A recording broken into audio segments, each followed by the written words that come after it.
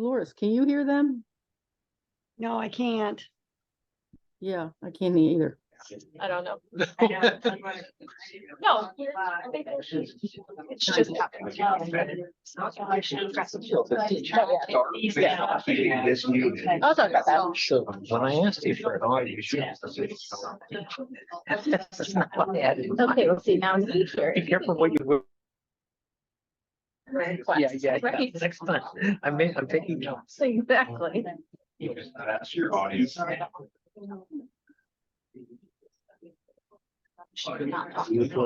people who are coming in via Zoom hear us?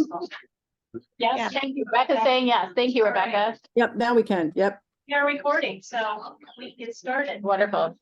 Great.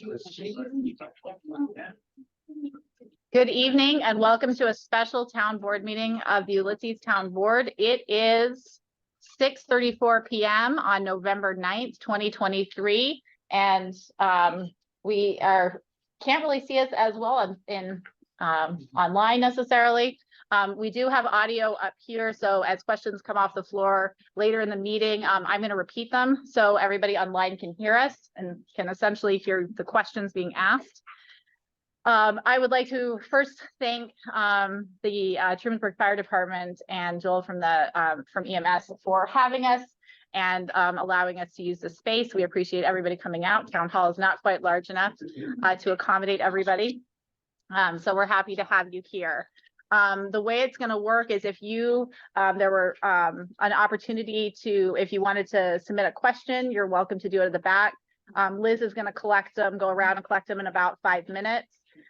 We did receive questions in advance, so I'm going to do an introduction and then start going through the questions, provide answers to the questions that were asked in advance of the meeting. And then we'll start going through the questions that were asked at the meeting, and then we'll leave some time at the very end.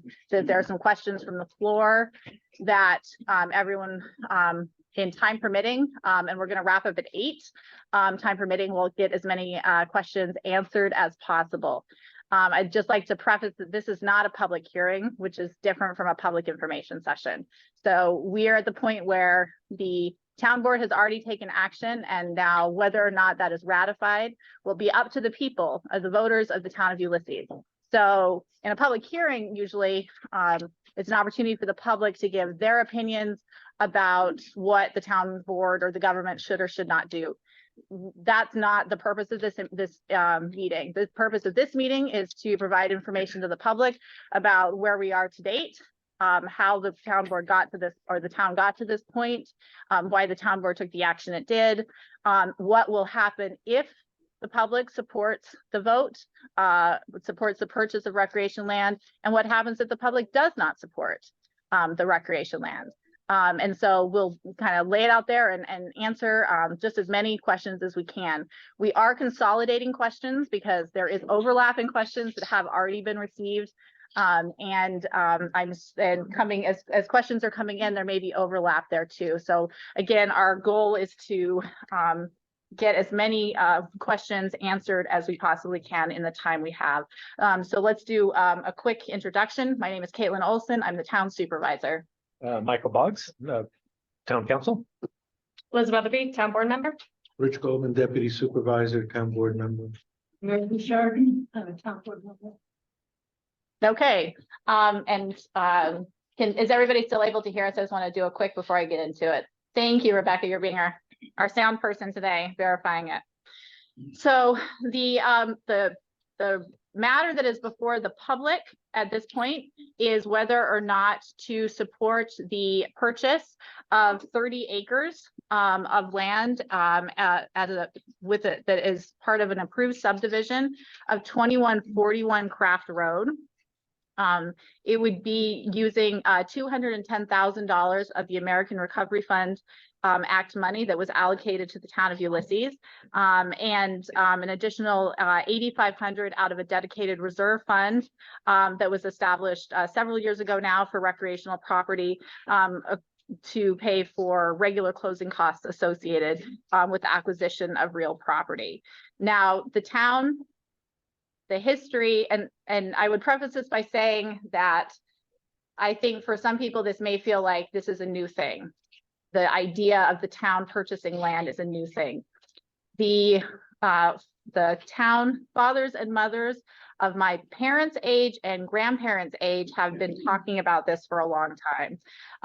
Rusty Vanderzee came and told us specifically he served in the early 1990s on a committee that was then hosted or then was then chaired by then Supervisor Doug Ostick. There has been, the community has a long history of looking for land. It perked back up. I know there was interest in the 2000s when the property that's now being developed is Crescent Way or Village Grove. I'm actually not positive right now on the final name. That land was considered for recreational purposes, and both the village and the town at that point were approached about whether or not there may be some possibility of municipal involvement. When the Duddleston Farm on Falls Road was on the market, there was exploration about that being a recreational property. When INHS purchased the Obels property, there was discussion there about turning that into recreation space. And many of you may have seen that Trumansburg Community Rec thought that was so possible, they actually spent money on concept plans and designs for that particular piece of property. None of those properties and any of the many properties and property owners that have talked with municipal leaders in the last 30 to 40 years have manifested into recreational space in Ulysses. This is not a new to this board. It is not new to me as town supervisor. It is not a new concept that has been discussed and debated. And so it's not coming out of the blue. And it was and I will, happy to turn over to any other member of the town board who wishes to express any of their thoughts. But when the town board took action on this particular piece of property, it was not even the first property this board tried to purchase. The town board did approve the purchase of a property that was on the market. It was the Brown property that was at the corner of, almost at the corner of Route 96 and Perry City. And the reason the town board, it was only 13 acres, which we recognize as not being sufficient for much more than about 3 potential, like a couple fields and maybe one baseball diamond, which was not that much. But we were having some very early conversations with the adjacent property owner who was also potentially interested in selling an additional 10 or so acres in the future. So that would have been in the range approximately about 23 acres. It was a public process.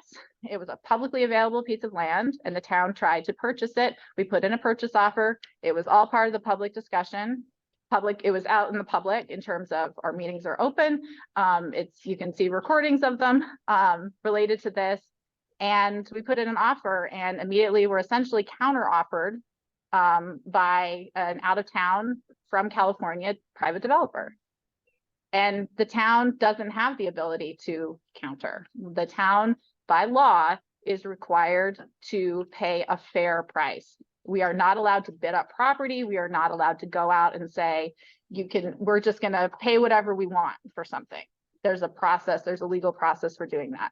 The way the price for this property was determined was by a third party, an independent third party appraiser that the town has worked for or worked with for a number of years. They, in fact, were the same independent appraiser the town hired back in 2018, I believe, to value the Salo Habitat property. So it's an independent appraiser who has no financial stake in the outcome. And the question, of course, is, well, why wouldn't you just use the assessed price of the property? An assessment is done, as you all, I'm sure, very well know if you have to pay taxes here, is done by the county tax assessor, okay?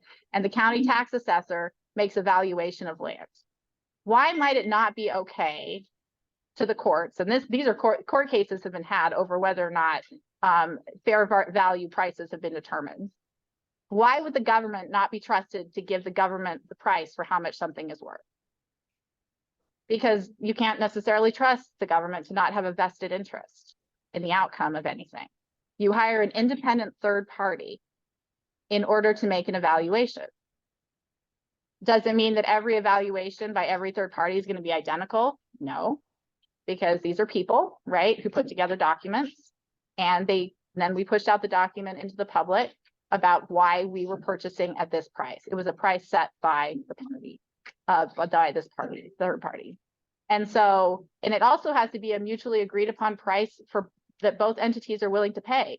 If that price had come back at $20,000 an acre, I can tell you we wouldn't be here tonight on this piece of property. Because that's not a price, even if it's a fair price, it's not a price the town was capable of paying. So the town wouldn't have paid for it that way. Okay.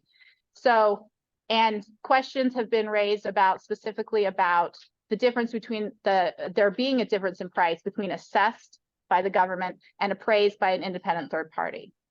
Well, New York State is also required to provide the same type of appraisals for the purchase of real property. So when Camp Barton was under consideration, the Boy Scout camp was assessed for about $3.65 million. I'm here to tell you, if the state had only offered $3.65 million, the Scouts wouldn't have sold to New York State. They had two independent appraisals done because of the price point. You know, when you're spending millions of dollars, it's a lot more than a couple $100,000, which isn't to say a couple of $100,000 isn't a significant amount of money, but it's not then like there are a couple zeros added to the back end of it, right? So when they hit certain price points in the state, they're required to get two appraisals. The two appraisals came back. Did the state take the lower of the two appraisals? No, they're required to take the higher of the two appraisals. And so the higher of the two appraisals for Camp Barton came back at $5,050,000. And that's what New York State is paying for Camp Barton. So it's really common for land and properties to not perfectly match their assessed value. And if you start looking and you talk to real estate agents in this area, don't take my word for it.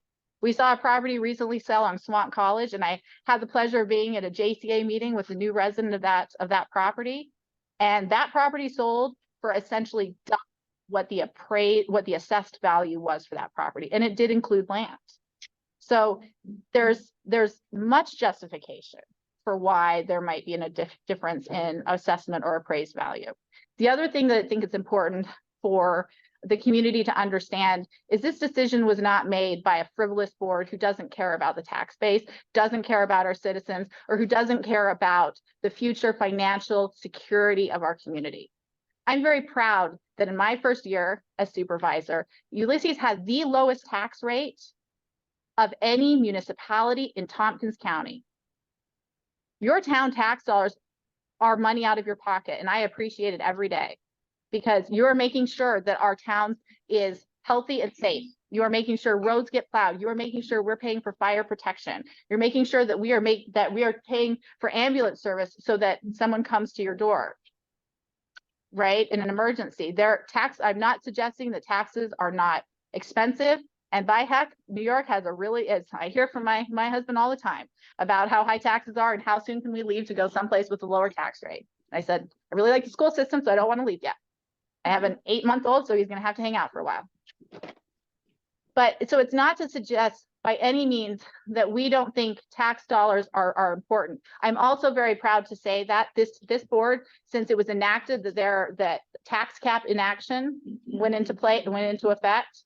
And now it's something that if you don't abide by the tax cap, it's really fairly easy to override it and there's no implication for your community. This board has never overridden the tax cap. I don't think there's another municipality in Tompkins County who can say the same thing.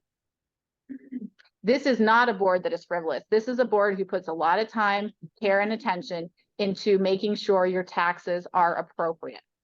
So when this board considered what it might mean to purchase property, we looked at a situation where we were using one-time money from the federal government, money I hope to God in our lifetime never see again because of the reason we saw it, right? This is one-time money that was given to every single municipality in the country, including school districts, including the village, that was given to every single municipality to help offset losses associated with the pandemic and to help address needs that were reflected as a result of the pandemic happening.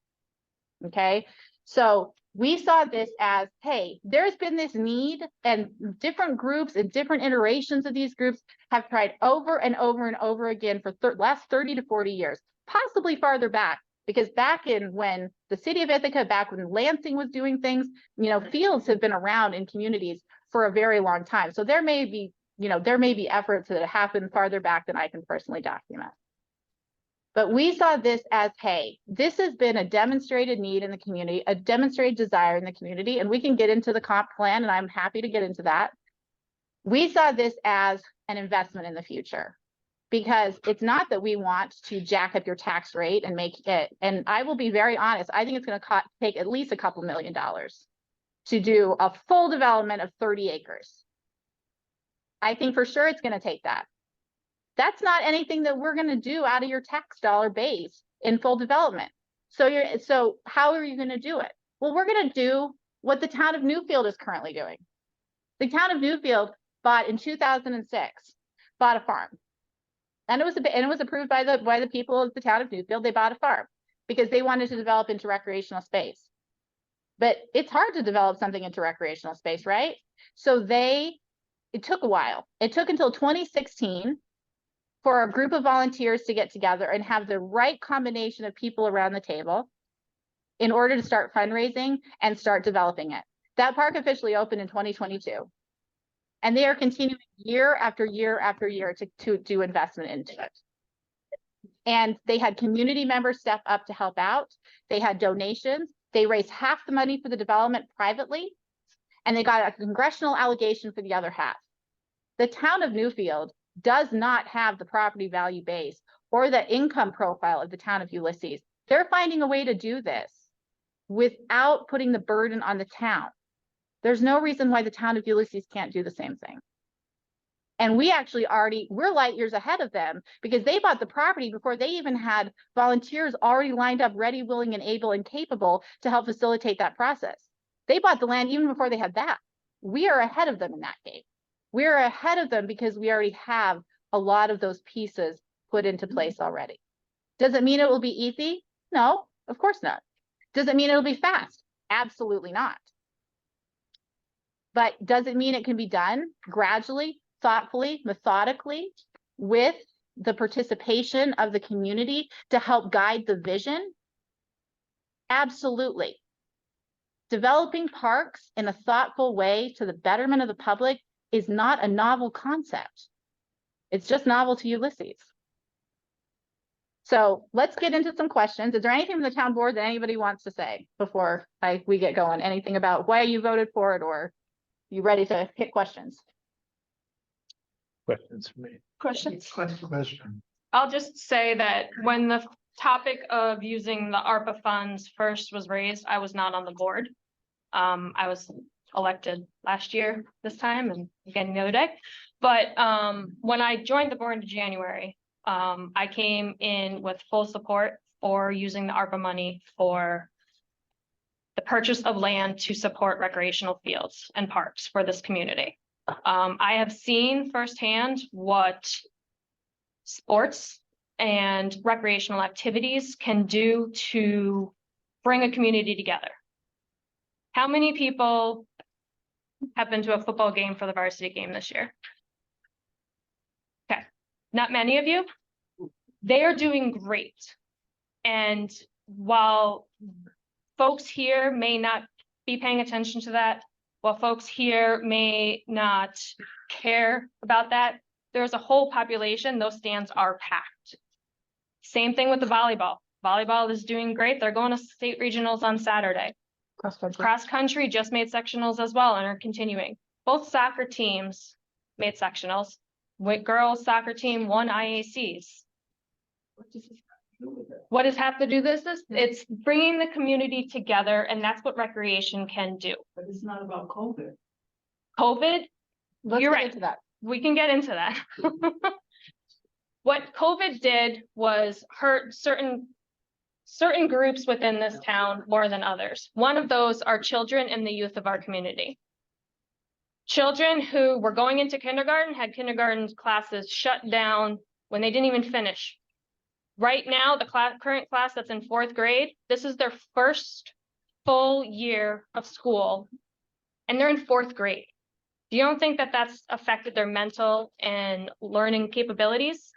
If you don't, you're wrong. And I would encourage you to talk to some people who have seen firsthand the effects that COVID had had on children. Getting them out at a community facility, getting them to play on teams together, building more of a community again that we lost during COVID. That's what this is about to me. So let's start with some questions. So I'm gonna start running through some of the questions we received.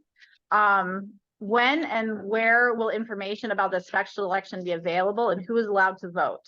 So there is information posted, I believe, is it already posted, Krista, on our website, about the special election. The special election will be held on December 6th from 11 a.m. to 8 p.m. It will be held at, you can vote at one of two, you don't get to vote at both, one of two locations. I know in a regular election, county election, you have a designated polling place. In this one, you can go to either one. So you can vote at either the Raptor Center or you can vote at Village Hall. If you want to vote by absentee, we have absentee ballots.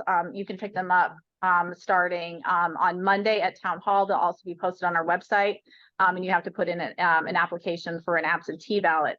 We are requiring personal registration. So you need to be, and by personal registration, I mean, you must be registered to vote in order to show up to vote that day. And so if you're already registered with the county and you voted, you were here yesterday and you got your I voted with a pretty cool cat sticker, that you're already set. All you need to do is show up between 11 a.m. and 8 p.m. on December 6th, and you can vote. It's going to feel very similar to a county election process. We're actually using county equipment. The same poll workers you see in regular elections are probably going to be working at the same, working at those locations as well, because we actually are required appropriately to hire the people who are poll workers. The poll workers we appoint will be coming from the list provided by the county. So if you are not registered to vote, and you would like to register to vote in the town election, there are going to be 2 registration dates that you can register. Now, if you're already registered with the county, don't come register with the town too, because we're going to cross-reference that list. But you can register for just town elections at 2 separate dates. One is November 18th from noon to 4 p.m. at Town Hall. And the other one is November 21st from 3 p.m. to 7 p.m. at Town Hall. We have a board of registration that has been appointed to manage the registration process for anybody who's not already registered. And they have come to us also from the county's board of the inspectors, poll inspectors list, and they were appointed from that list. So they would be happy to register you to vote. If you are already registered with the county, again, you don't need to do anything else, and you can check your registration online. The county's Board of Election page will check there. To be qualified to vote in a town election, you need to be at least 18 years of age and have been a resident, not a property owner, a resident of the town of Ulysses 30 days in advance of the special election. Okay, so under New York state law, you have to be a resident of the community in order to vote in that community. The idea is, the focus is on, it used to be that if you were a property owner, only property owners got to vote. That's not how it works now. So residency is required. So that's what's happening with the special election, and we hope to see you all out there those dates. Also, absentee ballots will be available. I said that. Oh. Yeah, sorry. I didn't read it. Could you repeat the absentee ballot? Sure. There are absentee ballot. Do we have any here? Yeah. There are some back there. You can grab one and turn it in. They get turned into the clerk's office. And absentee ballots, you can submit one for the ballot itself to be mailed to you. We have to receive that at least 7 days in advance of the special election. If you are okay with it being turned into you personally, like you show up in the office, or your agent shows up in the office, in person prior to the day before the election, you can actually get an absentee ballot and you have one handed to you physically. But one day before the election, if we put it in the mail, you won't get it and then you don't get to vote, and that's stupid. So 7 days in advance if you want it mailed to you, the day up to the day before the election, December 5th, if you want to fill it out in advance and have it counted then. Does that, anything else on, does that make good? Okay, great. Okay, next question. How would the property be purchased and is recreational property and allowed use of the American Recovery Plan Fund? Okay, the property would be purchased because, well, and I'm not quite sure how that one works, how the property would be purchased. So there's a contract in place that is subject to permissive referendum between the town of Ulysses and the sellers. And so if the property is if the voting public approves the purchase of the ballot box, then that contract goes into effect. If the voting public does not approve the contract, that contract is null and void. And the money that it would be used to pay for it does come from the American Recovery Act. And yes, this is an approved use of the American Recovery Act funds. And this is the final rules of the COVID state and local fiscal recovery funds as of just this past week of November 2023. And if you go to section 2.22, would investments in improving outdoor spaces, example parks, be an eligible use of funds as a response to the public health emergency and or its negative economic impacts? There are multiple ways that investments in improving outdoor space could qualify as eligible uses. Several are highlighted below, though there may be others that a special investment in outdoor space would meet the eligible use criteria. First, in recognition of the disproportionate negative economic impacts on certain communities and populations, the final rules includes enumerated eligible uses in disproportionately impacted communities for developing features,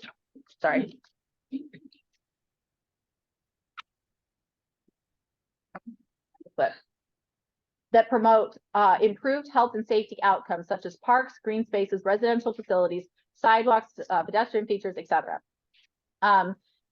And so you can read more about it. I don't need to read you the whole as written by it, but yes, this is a absolutely approved use, and this is an approved use that is being actually used by many people. If you want to cover some of those.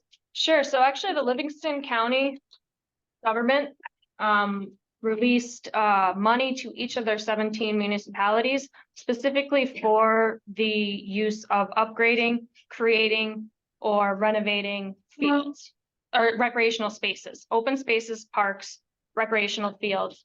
So each town had their options of using the money to whatever purpose with that intent of supporting recreation as they chose fit. I know the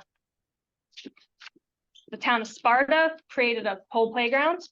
The town of Springwater upgraded some football and baseball fields that they have. And the town of York also upgraded a playground. So it's something, using ARPA funds for recreational purposes is a valid and acceptable and approved use that is commonly done throughout this country, but also very locally. As Caitlin, actually, I don't know if you mentioned this. The town of Enfield, I'm sorry, just paved their basketball courts that they created in the last few years using ARPA funds. Town supervisor had posted it on Facebook yesterday, actually. But that was specifically done through the use of the ARPA funds. And the time limit for the ARPA funds use. Yes, there's a timeline for the ARPA funds use. The timeline is it has to be allocated by the end of this year, or I'm sorry, by the end of 2024, and it has to be spent by the end of 2026. And the allocation process means it has to be fixed on a specific non-wigglable use. You can't decide later, and it can't go into something like a reserve, and it's not allowed to go into things like pensions. It has to go for a specific use. And to be very clear about why COVID funds are seen as being completely appropriate for parks and open space is I don't think any one of us, So this area of New York State, and I can say this as a private business owner who owns property in Covert and was really grateful when tourists came back to this area. This area opened up first of all the different categories of places in New York State in terms of people being allowed to circulate during COVID, largely because we had parks and open spaces. And we had a lot of room for people to move around and lower density of population. So we had lower rates. And so parks were open. The New York State parks kept their parks open through all of the pandemic because we couldn't gather inside, right? And so parks have been seen as a solution for public health emergencies where indoor contamination space is a problem. So even if we weren't talking about youth, even if we weren't talking about the fact that in 2017, prior to COVID, 20% of American youth suffer from obesity. And that's before the impacts of COVID. I know one of my kids put on some pounds. I know I put on some pounds in some of the early days of COVID.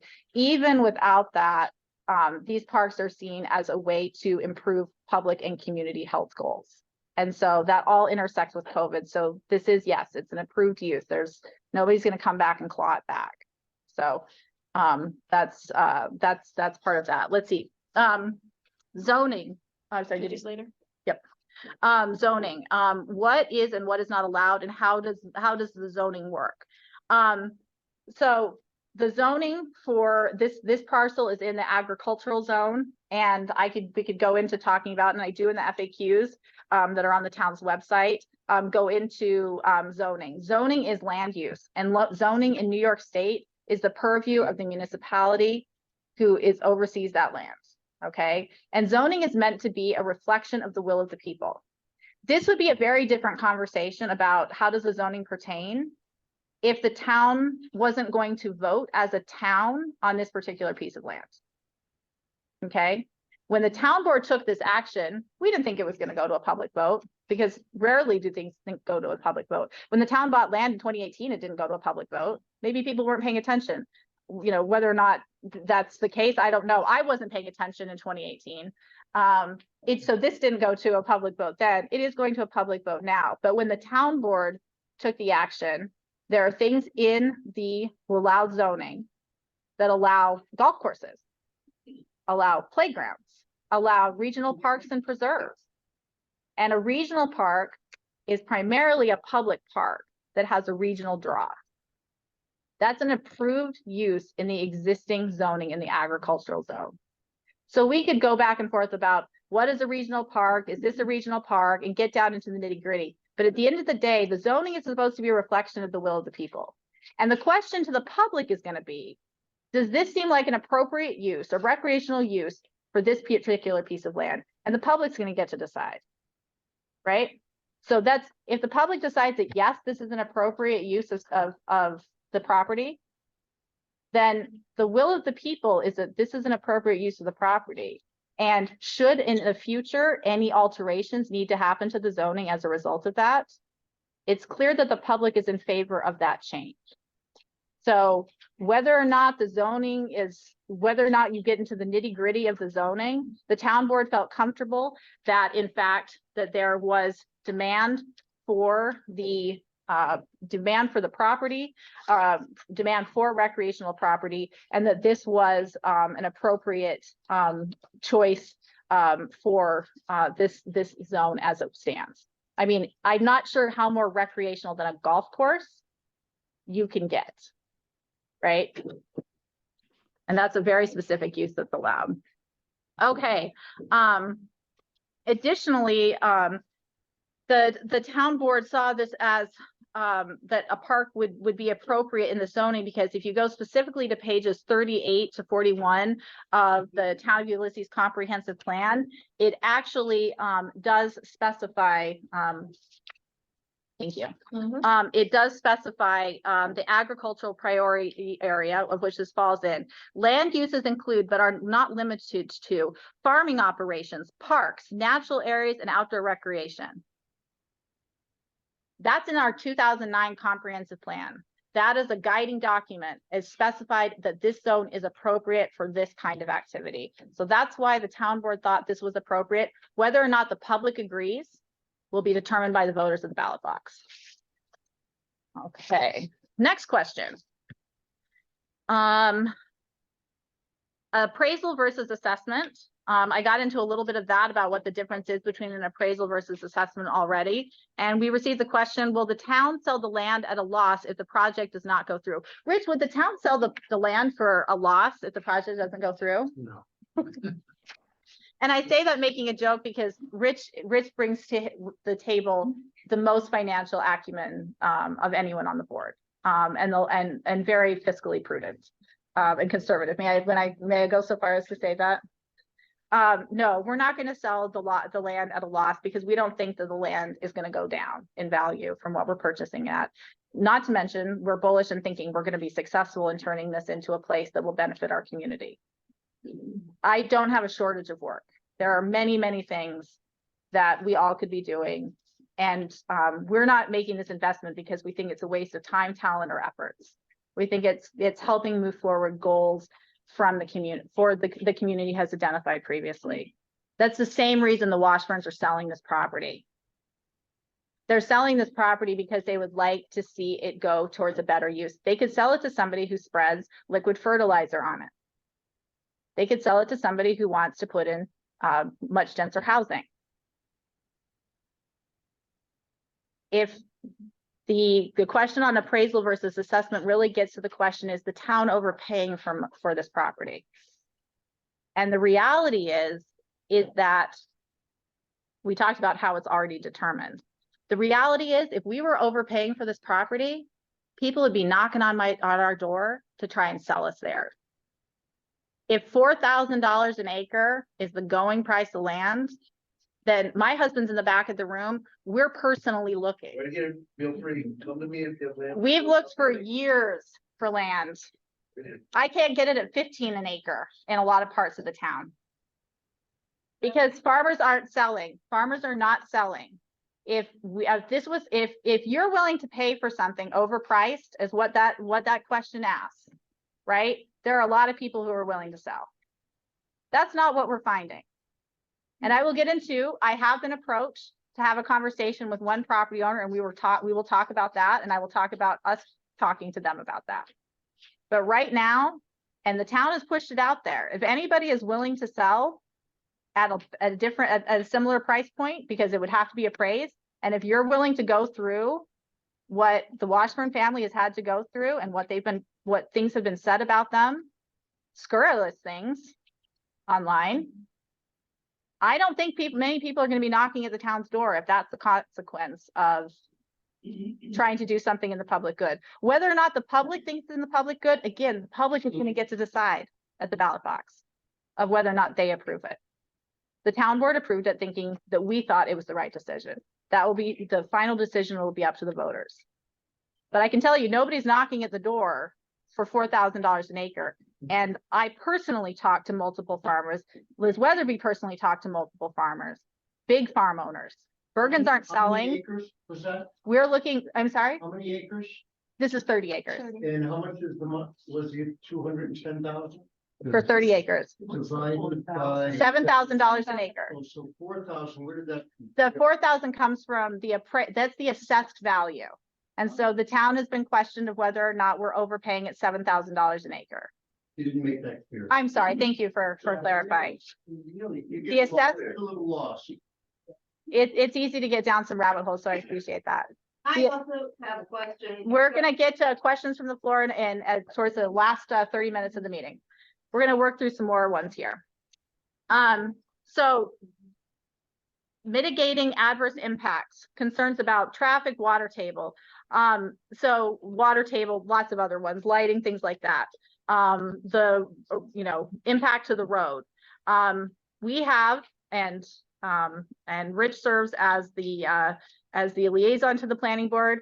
I know I have at least one highly experienced planning board member, Rebecca Schneider's online. We have an incredibly experienced planning board who is used to overseeing site plan development. They review site plans. I can tell you, there's nothing the town can do that Rebecca is going to endorse if it adversely impacts water and ditches. Right, Rebecca? putting you on the spot. We're gonna hear from Rebecca. She is a leading expert nationally in these issues, and she serves as a volunteer on our planning board. Okay, your community, your leaders, the elected leaders and appointed leaders have no interest in destroying our community. Site plan is the very process by which we make sure that we are not causing harm and that harm is not happening inadvertently. Right now, that is a farm field, right?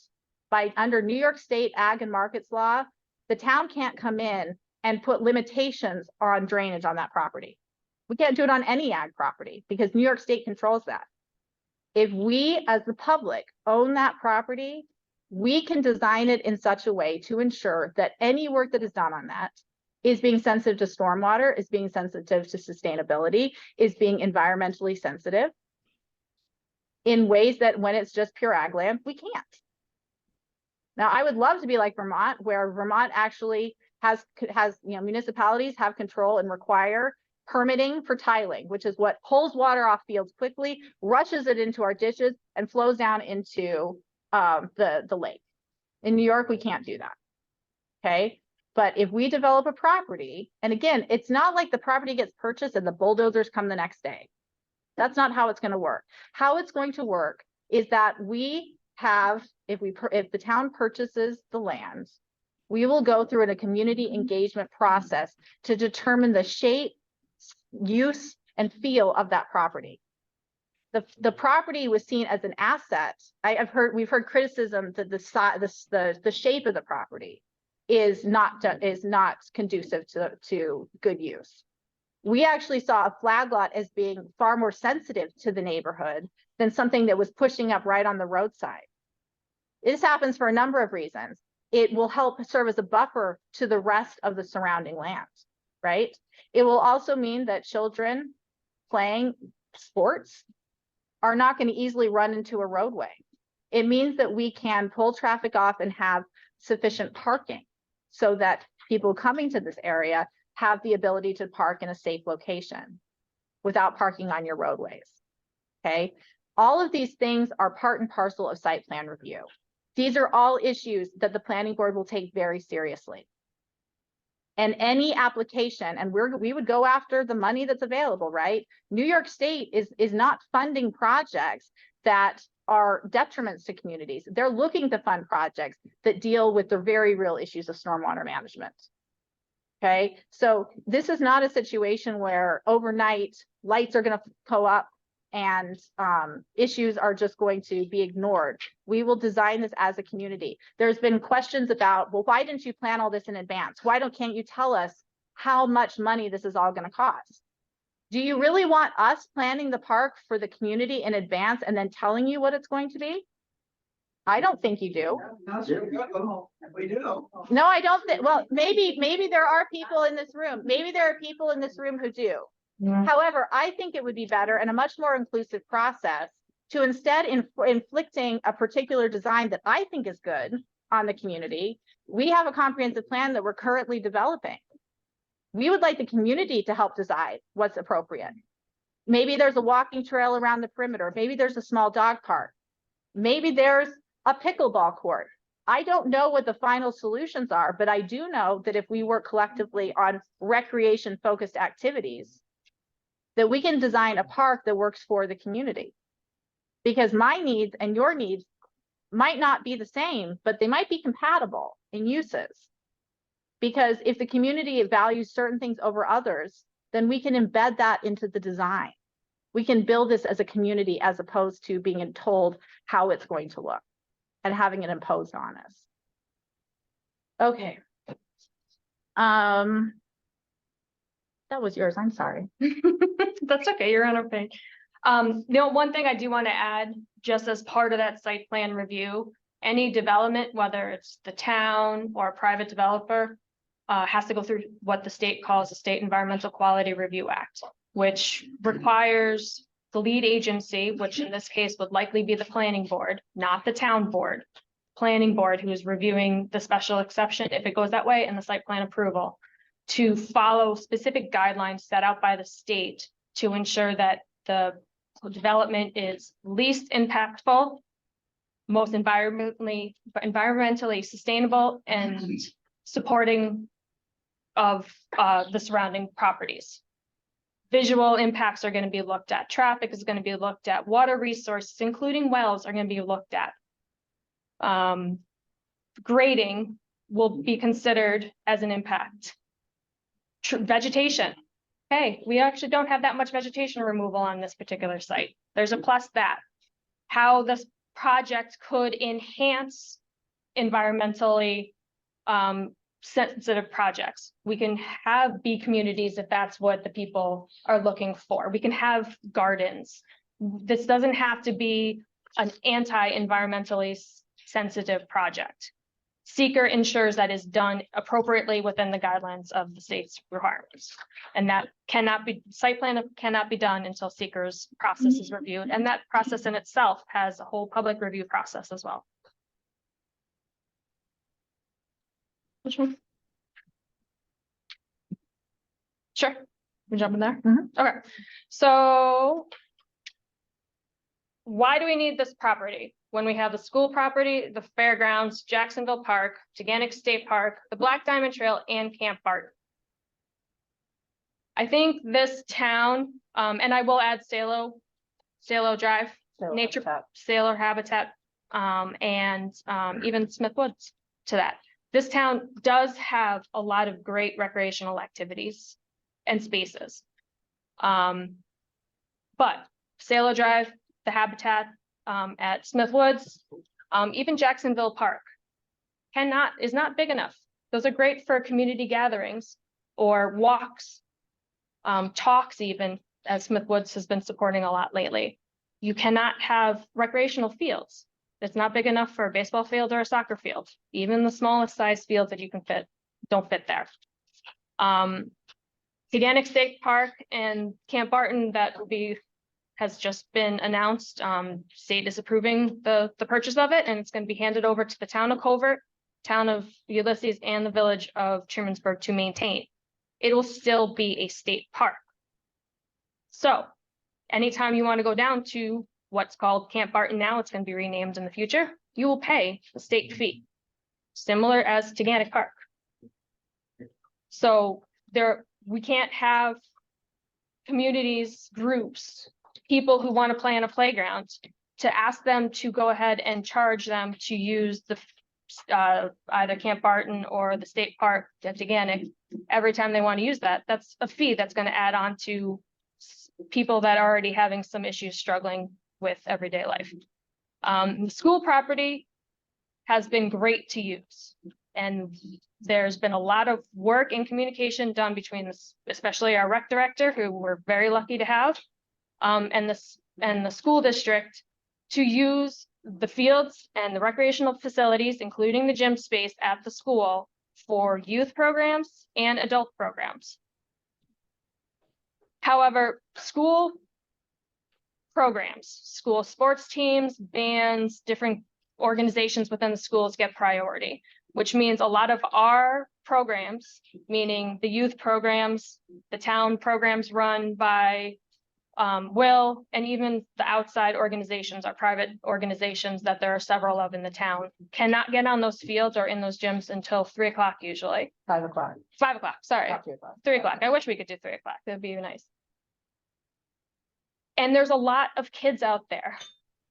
I know there was a picture of a Saturday morning that was shared around on Facebook of the fields being empty.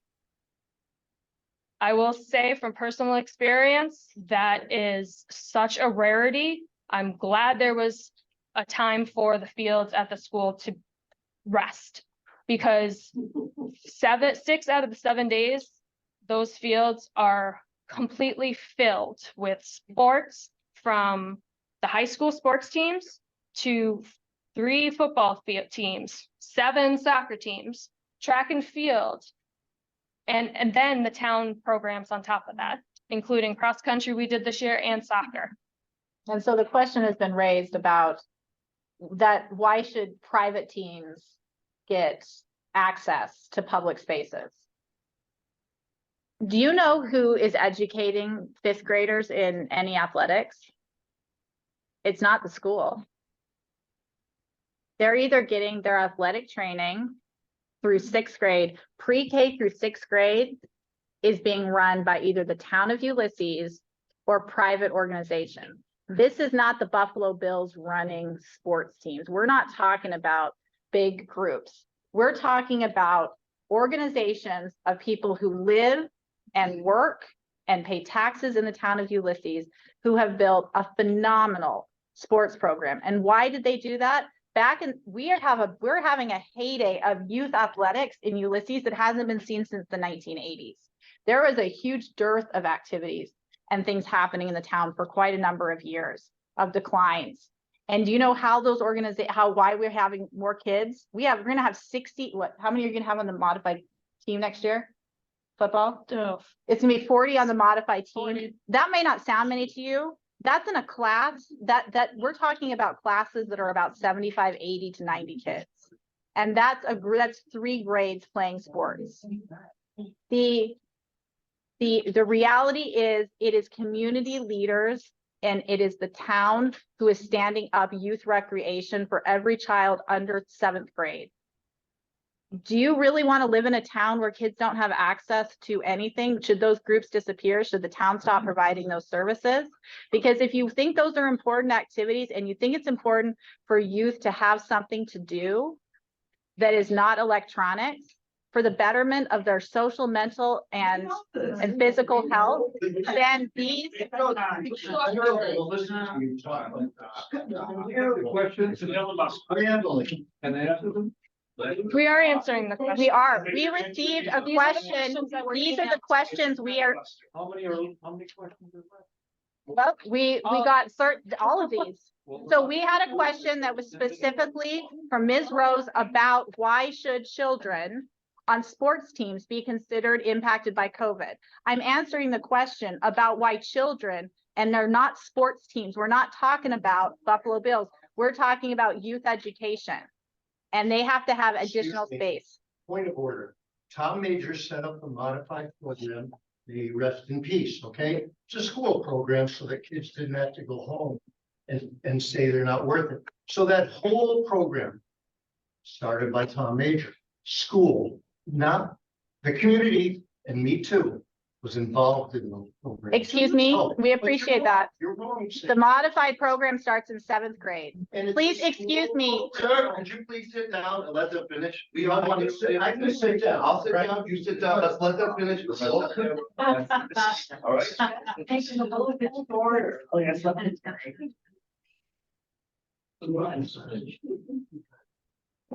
There will be an open period. We are answering questions that were provided by the public.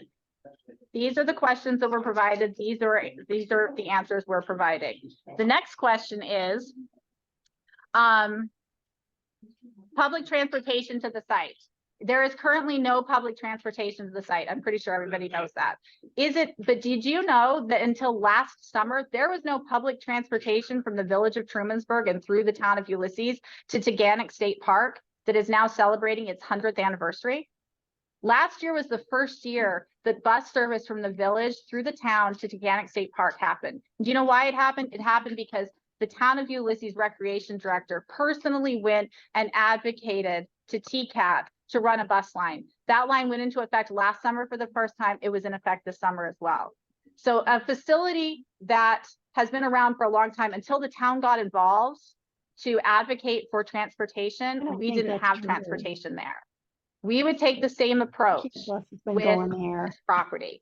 Public transportation is going to be an essential need for rural communities long-term. But 64%, 65% of the town residents live outside the village, okay?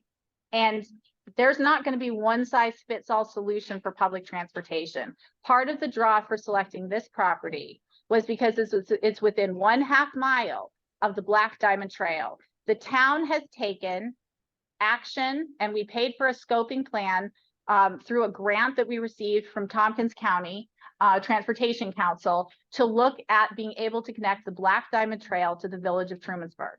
That was always part of the plan, but it had hit innumerable roadblocks. We're talking, so we got a grant and we've been working with state parks on a plan to connect the village to the Black Diamond Trail. Is that going to happen overnight? No. You know, we have to get on the state's 5-year plan, and it's going to take a lot of work to make that connection. If it had been easy, it would have already been done. But Tompkins County itself has been very committed to having improved pedestrian and bicycle access. They own all of the roads that could be between the Black Diamond Trail and this property. They own Craft Road. They own Crumbs Corners Road. Who does? Who owns The county. The county does.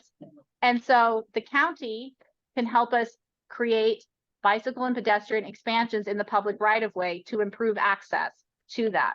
Is it going to happen overnight? No, but this is part of the reason that this property was selected, because there are ways to connect with existing resources. Could there become a day where there's public transportation? We're going to have to rethink public transportation. Do I see a big bus necessarily going down that route? No, I don't. But I don't think big buses are necessarily going to be the long-term future of public transportation in rural America. There are other things we could look at. It doesn't mean that it can't happen because, like I said, until last year, we didn't even have a bus to Organic State Park, and now we do. Okay, you've stated that the town has no current plans for development or building a recreation center on the property. You also stated that you're partnering with an organization that would help fund development of the property. We have not heard what they would like to see for the property. Maybe they are expecting a recreation center. Okay, so yes, the town would like to partner in a public-private partnership for fundraising purposes with an independent third-party nonprofit that has a 501c3 status. And the reason we'd like to partner with them is because they have access to funds that the town cannot apply for because we're a government. We have money that if the public owns it, however, it does not mean that we're turning over design and use and control of the property to that independent not-for-profit. What it means is that we work collaboratively. I can tell you Friends of Stewart Park doesn't get to decide what happens at Stewart Park. City of Ithaca does. The government does. The people get to decide. But the friends of groups, and that's what Trumansburg Community Recreation would be, what they're able to do is they're able to work collaboratively and leverage more resources than the government can do by themselves. And so that's why you frequently see public-private partnerships. That is the very reason that the town of Ulysses, the town of Covert, and the village of Trumansburg formed a local development corporation to manage Camp Barton, which will be managed by the LDC. We're in the process of filing our paperwork now as an independent 501c3. So we can go after that money that is not otherwise available to just a municipality. And so I think, do we have any more other than that we wanted in this group? Did I catch everything? You want to? Okay, then the last question from the preset questions, and I think we got basically everything that was submitted electronically in advance of the meeting through this morning, was on a question about whether or not the town is in negotiations with Grassroots on a parcel located on Falls Road. I can tell you that conversations are being had to have a meeting about the potential of having about potentially exploring something. But I will tell you from the town's perspective that the town took action and the voters requested a vote. We're going to go follow the process. It would be disrespectful and downright inappropriate with money that we have currently tied up in a contract to go into any formal contracting with any other property owner. I have made it very clear in meetings, and it's been pushed out in the frequently asked questions, it's pushed out in the newsletter, that if there's a property owner out there who'd like to have a conversation about selling land for recreational purposes in the manner by which the town can purchase land, we are happy to have that conversation. And so we're going to talk to Grassroots. I can tell you conversations with Grassroots have happened in any number of forms for many years. And the conversations about the particular piece of property they're talking about happened in 2017 as well, when the property was originally for sale. So conversations are great, and the town has been having conversations with property owners going back at least 30, 40 years. And if this fails at the ballot box, I'm sure there are many, maybe my children or grandchildren will have the opportunity to have conversations as well. So conversations are great. There's no other offer that has been made. There is no other property that is being actively considered with a legitimate contract or anything like that. But again, if you know of properties, if you're a property owner who wants to have a conversation, I would be happy to sit down with you. I've come and spoken and talked with every single group or individual who's The asked to Zoom talk to meeting is me going on about this now. property. So, and I would be happy to talk with you as well. So that's the last of the pre-submitted ones. You can go through and see if I missed anything, and then we're gonna try tackling some of these in the next 10 minutes, and then I'll open it up to the floor for the last part until 8 o'clock. Want to start with the easy one? Sure. What will happen if the land that is purchased does not pass seeker? It cannot get site plan approval without passing seeker. That clear enough? Okay.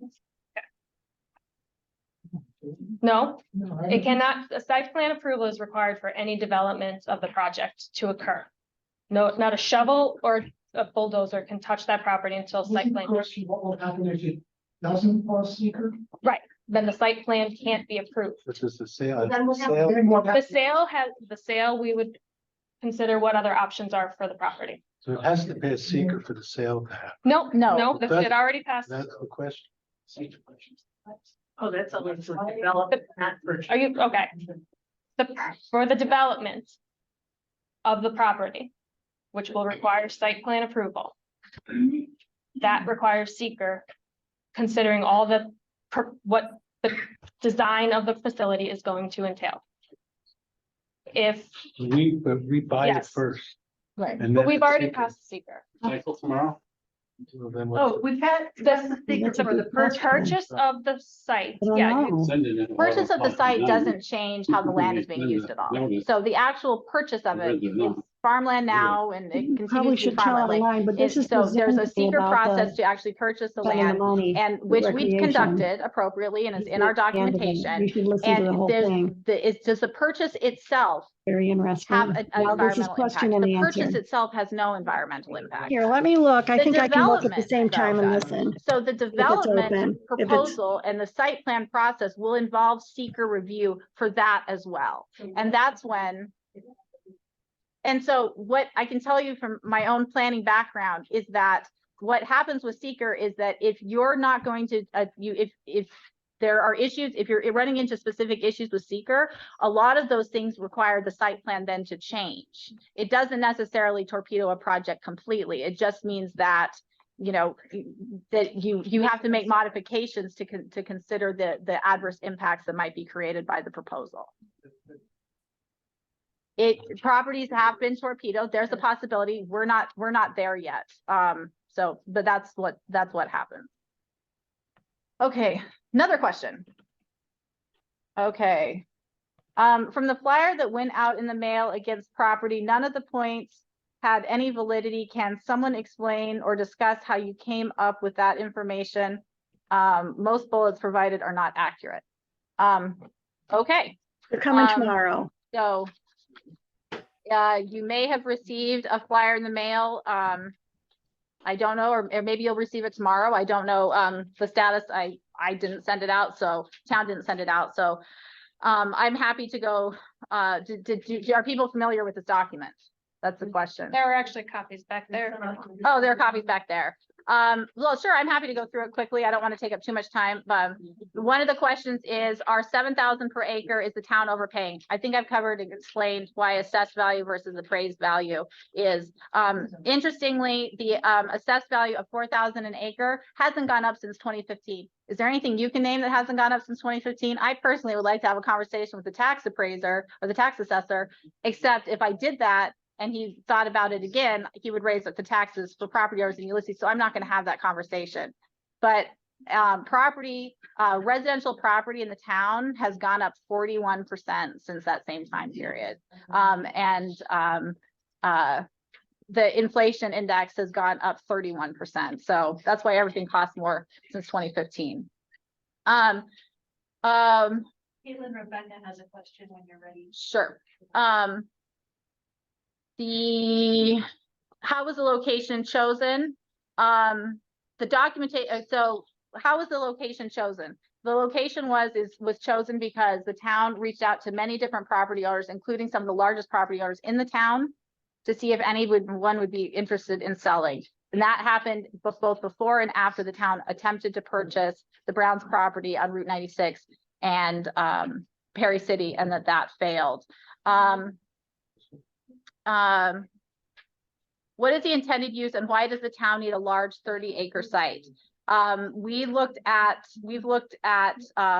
properties in the range of 20 to 30 acres. And the idea being that that's a sizable enough space to provide buffer to design a property that could fulfill recreational needs, but not necessarily go right up to the property line and have impact that was not appropriate for the surrounding properties. We want it to fit into the neighborhood and to the community while still being able to have a range of options. We didn't want to have, it would be a lot of money to buy land and put in just one field, right?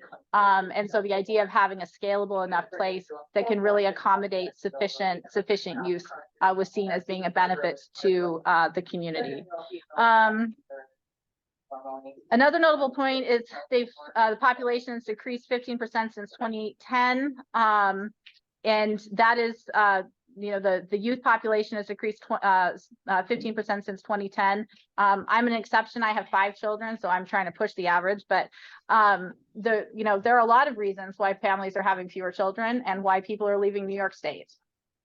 It's expensive to raise children. It's expensive if you're providing them with. That's not the point. That's one of the reasons why our population is declining. That absolutely is.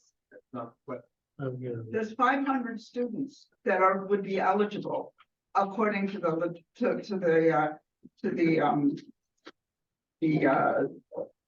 budgets that were done in 2021. So you're doing all this for maybe 500 students, maybe, if they all end up playing sports. What's the justification? I don't understand where you're getting, I don't understand where these 500 students are coming from. There are 400 students in the elementary school right now. It's 941 youth in the 0 to 17 age category. Okay. So I'm cutting it in half because between 0 and 10 and all the kids who don't play sports wouldn't be using it. So I think it's saying that, okay, 1,000 youth, you're doing this for 1,000 youth, all this expense. So it's also, so to be clear, there's not going to be an age limitation on the use of these spaces. We would like these spaces to be spaces that are recreational spaces for people of all ages, not just children. It's important for everybody's health and well-being to have free places to go that do not require you to wait in line outside Taganic State Park and potentially not even get in on the weekends because they shut down every weekend. There's not a free playground in the town of Ulysses. There's not a free playground in the town of Ulysses. You have to pay to go to the state park, and you're not allowed on the and you're not allowed on the playground during school hours.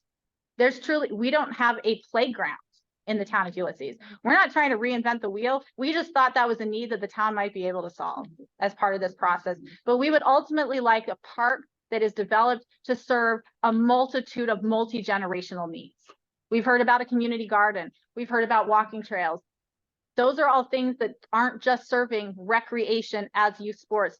Recreation is a much broader category than just soccer and basketball and baseball. And a larger parcel could actually do that. Go ahead. Why not use the money to fund a year-round pool for the community? We already have traditional field sports, soccer, football, etc. Do something for those of us who don't fly south in the winter. I would love a pool. I was actually really surprised when I moved here that the town doesn't have one. Our school district doesn't have one. That's a really common feature. A pool is also really expensive to the tune of, I believe they're estimating about $10 million for it. I would love to see a pool. I would personally support it. But $210,000 isn't going to make much of a difference in the provision of a pool. And I also think that it would make most sense to have a pool at the school. And because you'd want, drowning is the #1 leading cause of children under the age of 4, and drowning continues to be an issue for children over the age of 4. We have a lot of water around us. I would like kids to learn how to swim, so I'd personally be happy to do that. But $210,000 doesn't even begin to start I don't know, if maybe we could buy a few tiles with that, but we wouldn't get very far. Yeah. What's another one?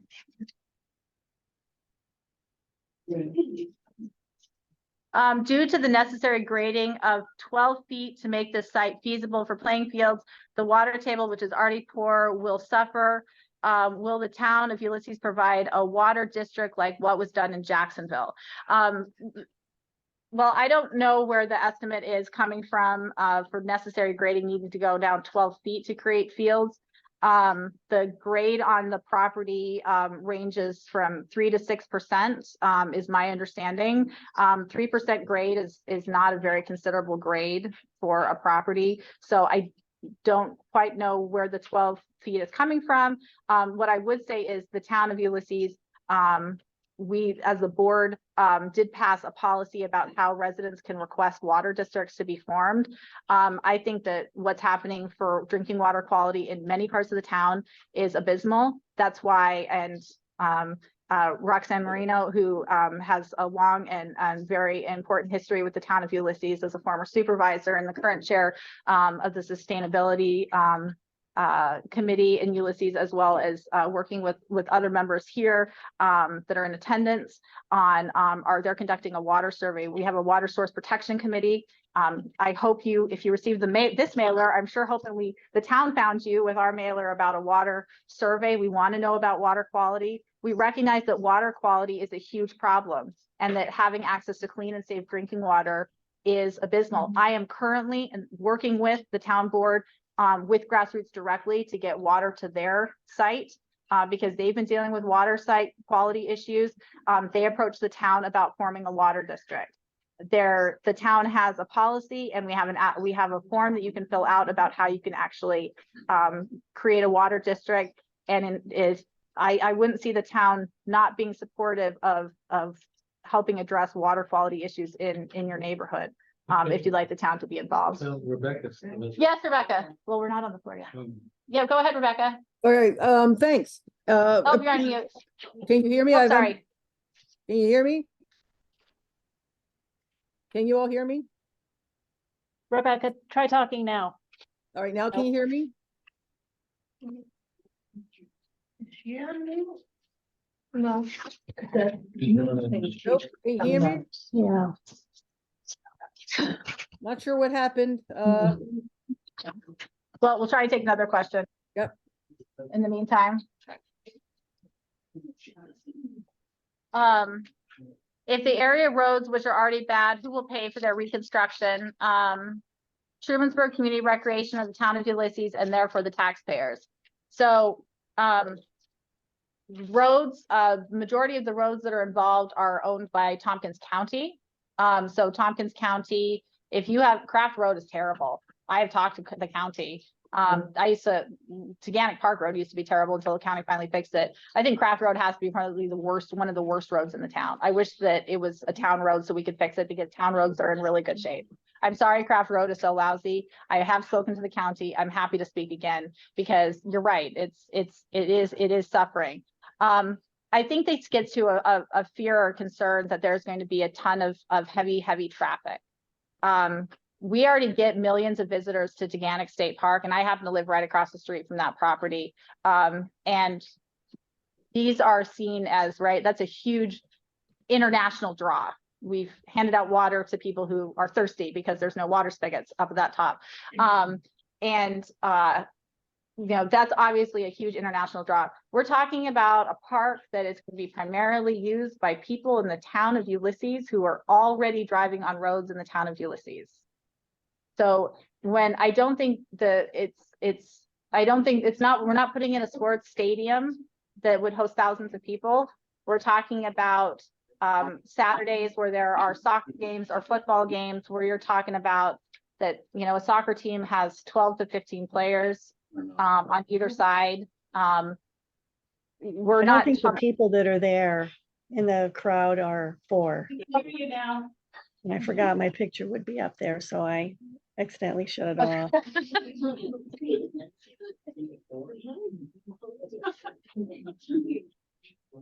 All right. So I mean, I think it's a situation where I really would not anticipate for recreational purposes, there's gonna be so much incredible demand that the roadways couldn't handle them. I mean, There's a logical disconnect. We have this great need for this place and so many unserved people, yet there's not gonna be a lot of traffic in this place. I don't understand. well, the people that are being underserved are people who already live, drive in this community. So No. There will be more traffic. there will, There'll definitely be more yeah, traffic. there'll definitely, yes, and we're not suggesting there won't be more traffic. We're just also saying there won't be traffic that is so significant that we as a community can't take care of our How roads. do you know? That's not your community, it's our community. We live there. It's gonna be more traffic, a lot more traffic. And we're grateful that there are activities happening in our town. Like if you live right around Spruce Row, and I'm very happy to hear that Spruce Row is doing very well and expanding and having a lot of business. There's a lot of traffic in certain locations, and traffic does exist. Traffic around Teganic State Park exists. People want to live in your neighborhood also, right? There's new development that's happening in your neighborhood. Yes, will there be traffic? Yes, there will, but there's that we're not talking about that. I think that starting at 6 o'clock in the morning to 10 o'clock at night, it's going to be a constant stream of people. We're just looking for a bit more space for recreational Well, purposes. I think one of the problems comes up in that you've already said that the roads that are gonna be driven on are not under your control. You've talked to the county about roads in our area that are not well maintained as it is. And now you're going to ramp up traffic on roads that you have no authority to actually maintain. And we're not gonna be able to get Tompkins County to maintain those roads either, so. Well, Tompkins County is on, first off, you have representation in the Tompkins County Legislature, and Ann Corman has been a very active legislator, number one. Number two, the county has an ongoing plan of resurfacing roads. So Podunk was done this year.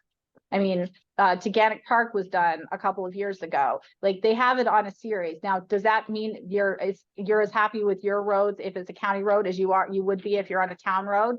No, but we can't necessarily control that. If we had put the park on the other property, it would have been on Route 96, which is under DOT control.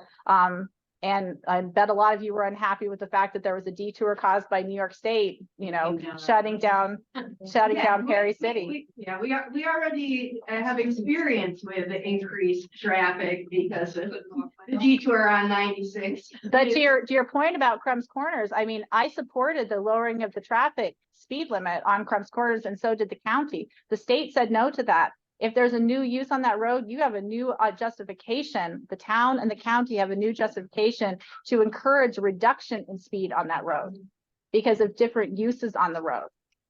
So speed is also a significant factor, and the town has backed trying to control the speed limit on that. Any other? This is in the same here. So we have.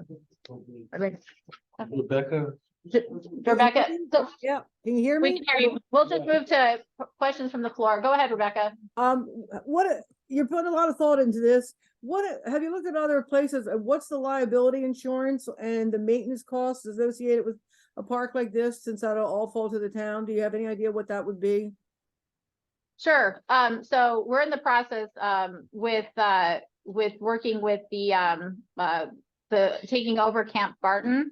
And Camp Barton, although what we call Camp Barton, liability for insurance for that is looking to be in somewhere in the range of $50,000 to $30,000 a year. And the big liability on Camp Barton, of course, is the lake, right? And so anytime an insurer sees that type of lake activity, they're just seeing lawsuits, right? Water says lawsuits.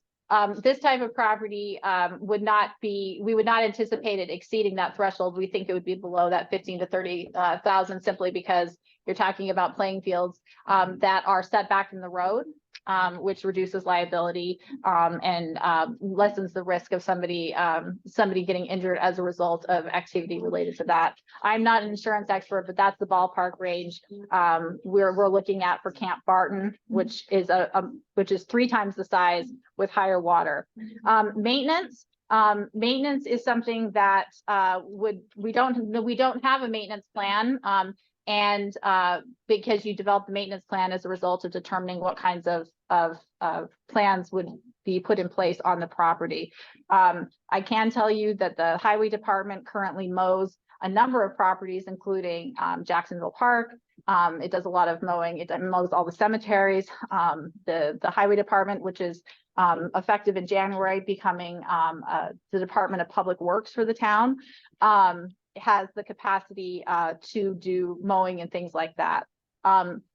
Full maintenance, establishing is where the real work is, and we would need to find outside funding to pay for that, because we don't have the capacity in our internal budgets to do that, and I can't even imagine the percentage increase it would be to pass it on to the taxpayer. So yes, maintenance will be required, but that doesn't, that alone is not, that's all part about how the design works. How much maintenance a community garden needs is very different from how much maintenance a soccer field needs. Plowing the roads in there, I'm sorry? plowing the roads to get in. Plowing the roads, yes, there would be a plowing of a driveway to access the park potentially in the winter. I could also imagine that it could be a situation that it's not plowed necessarily very far, because you don't need to have, you could be doing activities such as cross-country skiing, as opposed to you're not playing football in, January here. So how the maintenance looks like could be integrated, as well as the fact that it's actually fairly centrally located for our department, current highway department, future DPW, is really just right around the corner on Cold Grove. So it's not very far from existing town resources. Thank you. Thank you. Yep. Questions from the floor? Who has a question that didn't get answered? Yes, go right ahead. Going back to when I tried to ask a question in the middle of having a discussion about this, a question came up about whether or not you would, if something awry happens, whether or not you would sell the property for a loss. And the answer was no, because you're getting it at such a bargain. We didn't question- wait a minute, we didn't say that. We never said we're getting it at a bargain. Well, no, We're well, getting it at an appraised valuation. yeah, well, you're not gonna sell it at a loss because you're paying a fair, I didn't mean it that way. You're paying a fair price and you'll be able to sell it at a fair price. But I have a question that, since this is pandemic funding and there are time limits and things, can you, if you try to move forward, if all your secret petitions or whatever they are, they all go bad, and can you actually wind up selling that property? Do you have to give that money back to the federal government if you don't use it within your time? Yeah. That's a really good question. No, what the government doesn't want us to do is like hide the money there. Like, the government would be very unhappy with us doing that and like flipping around and, selling it 3 months later. The town is not supposed to be in the business of profit making. But the intention would be, you purchase the property, we do all of our best work, right? And we try our best, and for whatever fill in the blank reason, it doesn't work out in 5-10 years. The town can sell the property and the money goes into the general fund, and we can use it for different purposes at that point.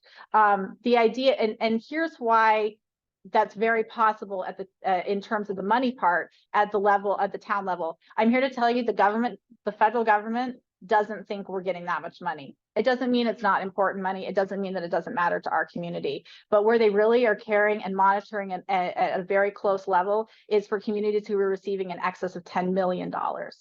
And we got just over 300,000. And it's not because they don't care about the public money, but it's just from a purely management standpoint.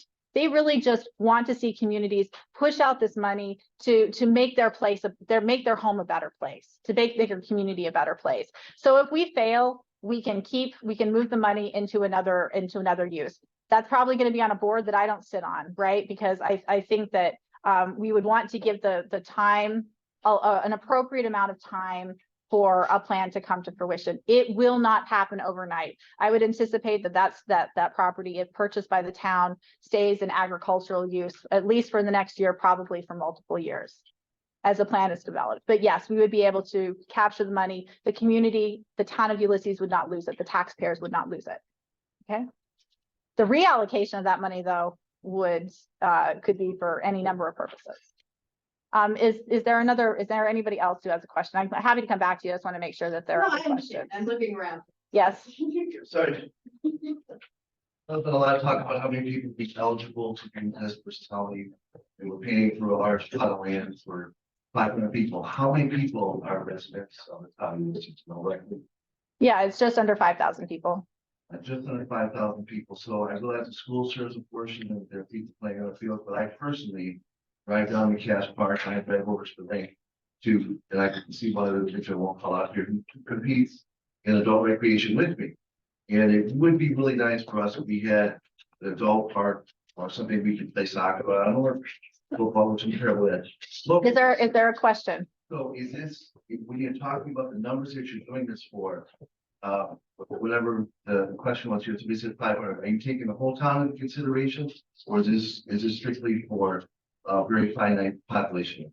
Well, it's also important that the population of the Trumansburg Central School District is not a reflection of the whole town. An entire third of the town is in the Ithaca Central School District or Ithaca City School District. So if you just look at the population numbers for the school district in Trumansburg, you're forgetting an entire third of the town. So the intention, and I won't speak for everybody else, but I know my intention with the town's recreation program is to grow it to serve a population of all ages from, I think our initial programming starts with children down to 4, and we serve all the way up to as old as you want to be when you're playing adult soccer or volleyball or basketball or pickleball.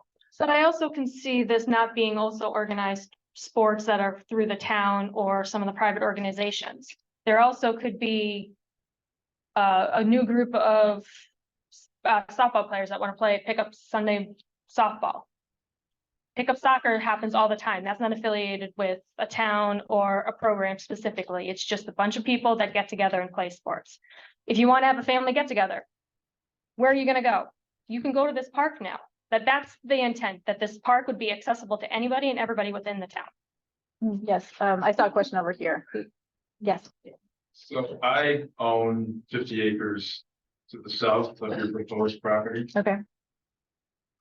My concern is, it's my crime hunting area bought years ago for that main reason. I do it today, and I'm going to do it tomorrow. I'll do it next year, do it forever. What's your game plan for keeping people out from the adjoining properties? Because I've had to deal with trespassers already, and that's even before even considering a community out there under bright lights 24/7 almost. In a rural area. So what's your plan of protecting us property owners from all these trespassers? You're gonna put a fencing, hopefully? Well, I mean, I think that's all part of the site plan. I mean, we want to make sure that what's developed works not just for somebody who lives on the opposite side of town or in the village, but who lives in that community. And if it's fencing, if it's tree buffers, if it's signage, I mean, the Black Diamond Trail runs through right down the center of a lot of private property. And if you've driven down Yeah, I'm sorry? not theirs. Oh, no, I know, not yours. But when I go down the Black Diamond Trail, you know, there's signage to make it very clear of where state land is and where private property starts. Is that a perfect solution? Not necessarily. They're also not going to put a fence for 15 miles, really. But could we fence property? Absolutely. If that's built into it, we could be talking about berms. We could be talking about vegetation cover. There are any number of things. That's exactly why we want a community engaged plan, as opposed to us providing a plan and you saying, well, none of this works for us. And so there's many things we can do to help mitigate those very real problems. I would also just pointing out about the lights. The only lights on fields at the school are at the stadium and Cass Park, and Cass Park is huge. If you go down there, right, they have tons of fields. They have one field with lighting. I don't think that the intention would ever be to install lighting without very real consideration if that's appropriate. And honestly, I would be surprised if a site plan review approved lighting. because the very reason of that would be a pretty major incursion into the use of the land for the surrounding property owners. So again, that would be something that very much should be considered. And in my personal opinion, that's not something that seems very appropriate for a lot or needed, quite honestly. So, yes. You were saying that this is a regional park. And which could be allowable under the zoning. Could the Dryden Soccer Club have practices over here, for example? Take a soccer club, for instance, a regional draw. I mean, I think that you have, parks are managed as public spaces. And so I think it'd be to the benefit of the town that, I could see it as for a taxpayer of Ulysses, if your organization is headquartered in Ulysses and on Ulysses Park that you want to reserve it, you pay one fee. And if you are from another organization outside the town to pay a fee for an event, or reserving fields. It's the same way you want to reserve a pavilion at Cass Park, a fee is paid. It's not a huge fee, but a fee is paid to the municipality for it. So it would be a public access space that could be potentially used by other places. I would be really surprised if. So go ahead. Soccer club pay for fields?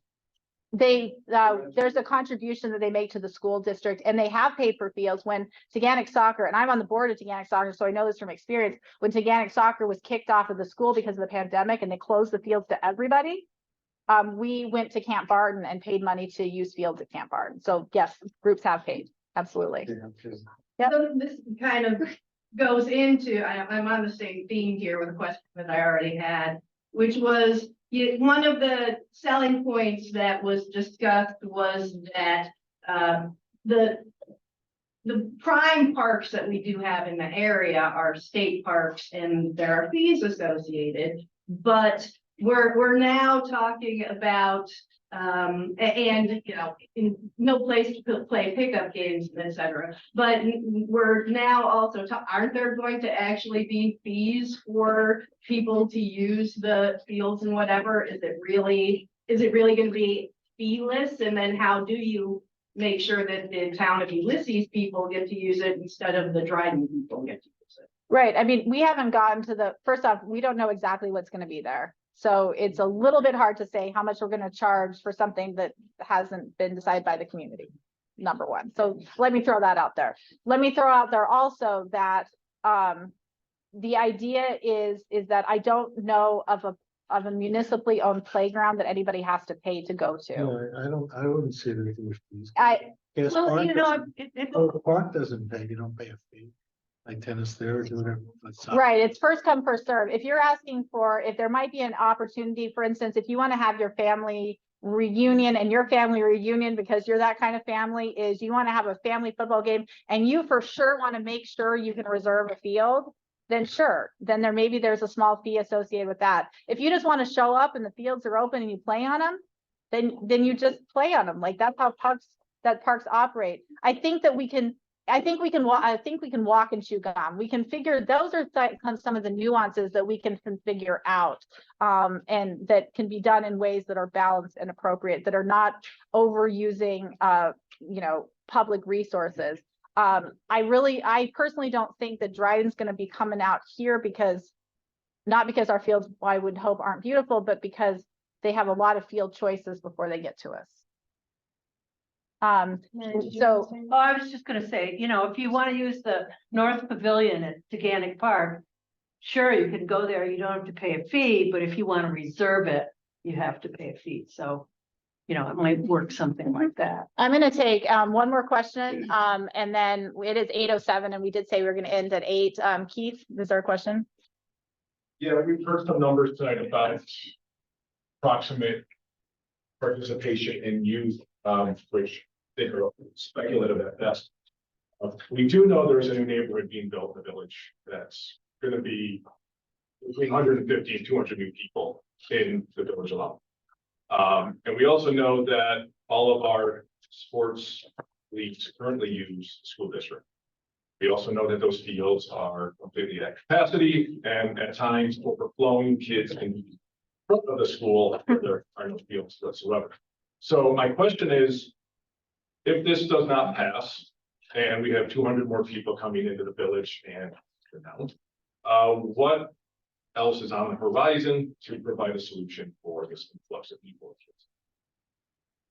So, like I said, we have to allocate the money by the end of 2024. And I know that sounds like that's a lot of time.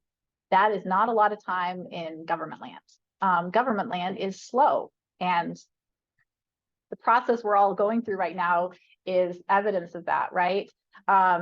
The town has estimated at a minimum, it would take about 9 months from negotiations to the public having a say. It's a pretty low threshold to trigger a public permissive referendum, to having it to a public vote. It's 5% of the number of voters who voted in the last gubernatorial election. And I think it's fair that it's a low threshold to get a public referendum. So but the town would have to be prepared that any land purchase, if this land deal fails to go through, would have to go through that same process. And so we would have to estimate at least 9 months, right? And so the voters are going to have their say, on December 6th, and we're going to hear the voters, and we're going to respect the will of the voters. And if the voters say no, it's not going to be like they're voting to say, no, but I would like it to be at this location, or no, but I think recreation is still important, or no, but, or whatever. It's a yes or no vote. Do they want do they want recreation on this property, or do they not? If it's overwhelmingly no, I will not speak for anybody else. My feeling would be that that's not where the community wants us to put our time, effort, and talents. And there's a lot of other things going on, and a lot of other things the town's responsible for. I would hear that as, this isn't the time, right? And so could more conversations happen? Sure, they could. Absolutely, they could. They've been happening for a long time. They could happen in the future. But if the community really has a chance to say yes or no, and we will respect the will of the voters. And in the meantime, I'm happy to have conversations. The town board may pick it up again in the future. It may pick it up immediately. I'm one of 5 votes. I can't speak for the rest of my town board. Is there anybody else who wants to weigh in on that? No, Well said. yeah, and I don't know what would happen with all those. The programs are at capacity right now. The fields are at capacity now. Bringing more kids in with the development, I don't know what would happen. I don't think anybody wants to say, no, you can't play sports because we don't have fields. So I don't know. Hopefully we don't get to that point, but if that is the decision that the town decides to go in on December 6th, then we'll have to address it at the time it comes together. Okay. Just for the record, people who say no are not necessarily saying no to recreation. That people work in our mouth. Many of us would like them to just closer to Trumansburg. So that's a really great final question of why didn't you pick land closer to the village of Trumansburg? And the land, there has not been land available. The Duddleston Farm, which is currently owned by Grassroots, has been explored many times. The land that is being developed, as Trustee Hannon pointed out, into a new housing development, that was explored.